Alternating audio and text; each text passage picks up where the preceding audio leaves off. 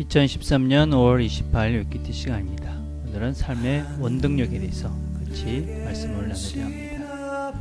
우리가 함께 듣는 찬양은 하늘에 계신 아버지라는 찬양입니다. 우주의 왕이 되시고 만인의 구세주시네. 저 숲속에 비 되시며 천사의 날개 되시네. 이 아름다운 노래에 그 풍성한 내 맘에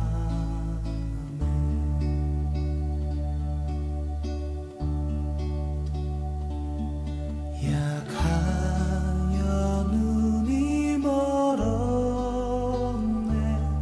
두려움에 지쳐있네. 욕심으로 죄 지었네. 주를 멀리 떠나왔네.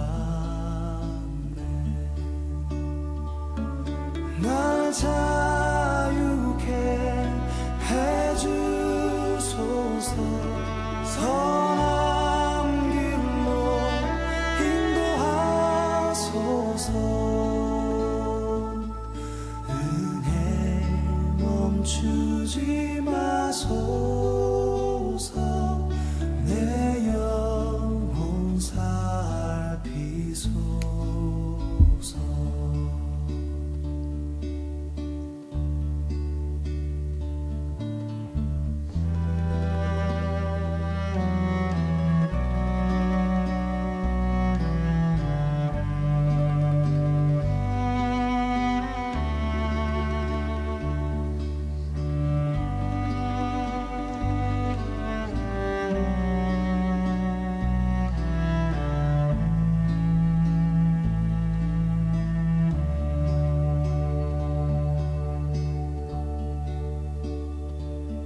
주님 내 안에 오셔서 그 빛을 비추소서. 하늘에 빛나는 별들 세상의 모든 빛으로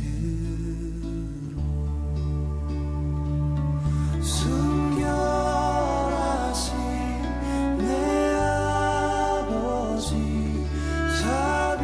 자비하심 찬양하리. 하늘에 계신 아버지 변함없는 진리의 빛.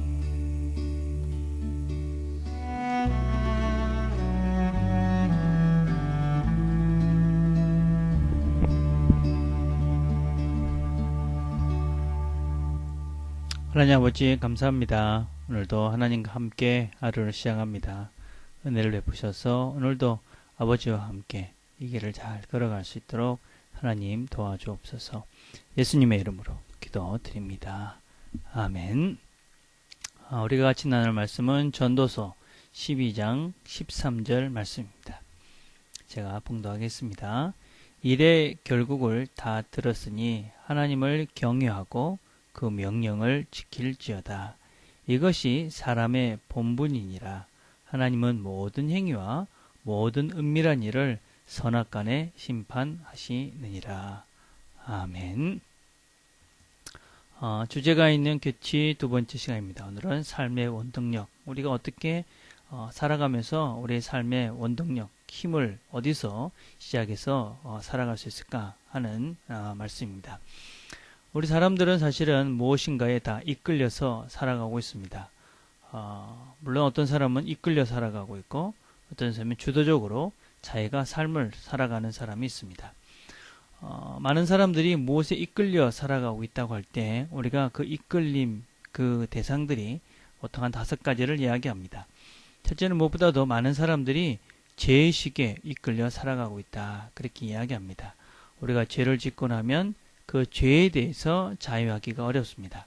그래서 사람을 피하기도 하고 두려워하기도 하고 걱정을 하기도 하고 근심을 하기도 합니다. 그리고 그것이 혹시나 하는 마음들 때문에 늘 조바심과 그런 죄책감 속에서 살아가고 그래서 그것에 이끌려서 자기도 모르는 어둠 속에 살아가는 사람들이 종종 많이 있습니다. 두 번째는 많은 사람들이 원한과 분노의 쓴뿌리를 씌우며 그렇게 살아갑니다. 사실은 참 안타까운 사람들이죠. 사람들은 누구나 다 상처가 있고 아픔이 있습니다. 누군가든지 우리는 서로 상처 주고 또 상처를 받습니다.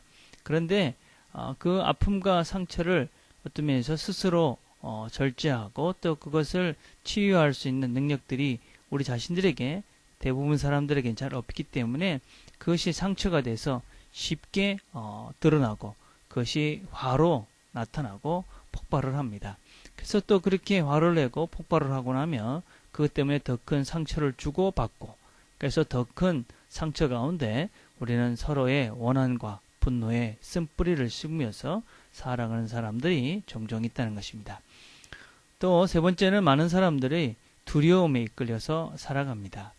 여러 가지 두려움이 있지요. 우리는 본질적으로 내일을 알지 못하기 때문에 내일을 두려움 속에 사는 사람들이 많이 있다는 것이다. 물론 신앙인들은 그것이 소망이고 기대가 될 수 있지만 하나님을 모르는 자들에게는 내일이 어떻게 될지 모르게 늘 두렵습니다. 그래서 점을 보러 가고 또 어떤 면에서는 말도 되지 않는 이상한 소리에 쉽게 현혹되는 현상들을 우리가 보게 되어집니다. 네 번째는 우리는 많은 사람들이 물질에 이끌려 살아갑니다. 작금의 시대는 돈보다 어떤 면에서는 이 사람보다 돈을 더 우선시하는 돈을 중요하다고 제일 중요하다고 생각하는 사람들이 많습니다. 그래서 돈에 매여서 사는 사람들이 참 많습니다. 어떤 면에서 내 목표, 여러분의 삶의 목적들을 세우면서 그 돈이 만약에 중요하다면 돈이 그 중심에 있다면 그렇다면 나의 삶은 바로 그 돈에 이끌려 살고 있는 사람일 가능성이 참으로 많이 있다는 것입니다. 내 목적 자체가 그 돈을 중심으로 몬 것이 이루어지고 있다. 그렇다면 나는 지금 돈에 이끌려 살고 있을 가능성이 많다는 것입니다. 다섯 번째는 많은 사람들이 다른 사람들의 인정을 받기 위해서 살아갑니다. 사람이 인정을 받는다는 것은 중요하고 또 필요한 것입니다. 그러나 사람들을 인식하고 사람들만 생각하다 보니까 가식과 외식과 거짓된 모습으로 살아가고 그러다 보니 진정한 자기 자신을 잃고 사는 사람들도 종종 있다는 것입니다. 우리 살아가면서 그래서 바른 삶의 목적을 세우는 것은 참으로 중요합니다. 무엇에 이끌려 가지 않기 위해서는 우리는 바른 목표를 세워야 됩니다. 그렇지만 우리가 잘못된 목표를 세우면 내가 그 목표를 세웠지만 그 목표에 이끌려서 살아갈 수밖에 없는 존재가 되어집니다.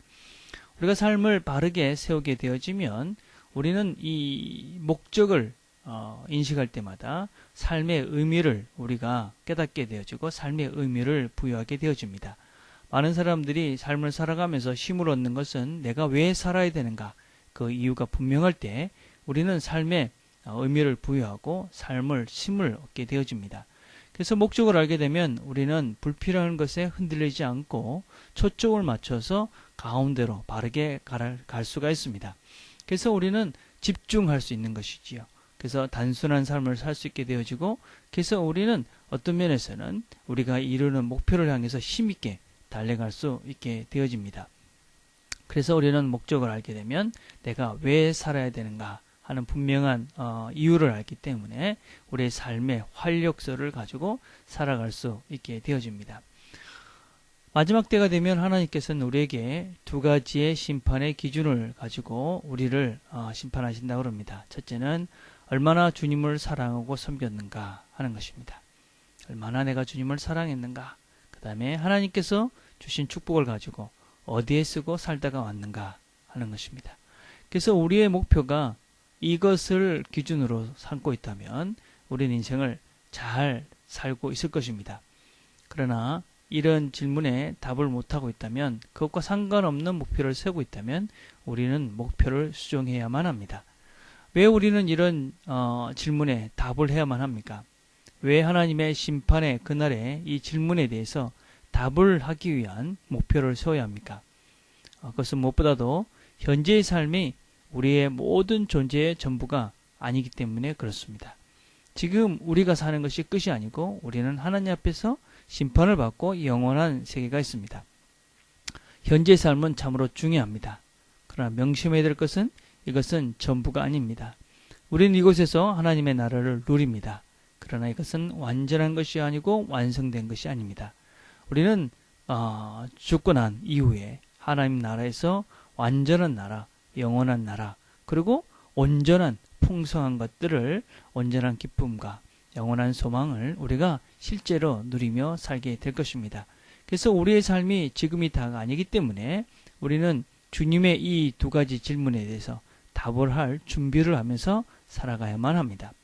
우리는 그래서 영원히 존재하도록 지음을 받은 존재다라는 것을 명심해야 됩니다.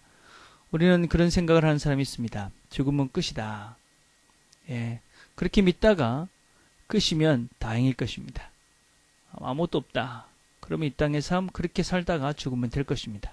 그런데 그렇지 않다면, 만약에 이 땅의 삶이 끝이 아니고 또 다른 삶이 시작된다면 그 사람은 어떻게 될 것인가 심각하게 생각을 해봐야 할 것입니다. 성경은 우리에게 영원히 존재하도록 지음받은 존재다라고 설명하고 있습니다. 그래서 우리가 영원한 생명, 영생이 있음을 믿는다면 삶은 달라질 수밖에 없습니다. 영생을 믿는다면 우리의 삶은 달라져야만 합니다.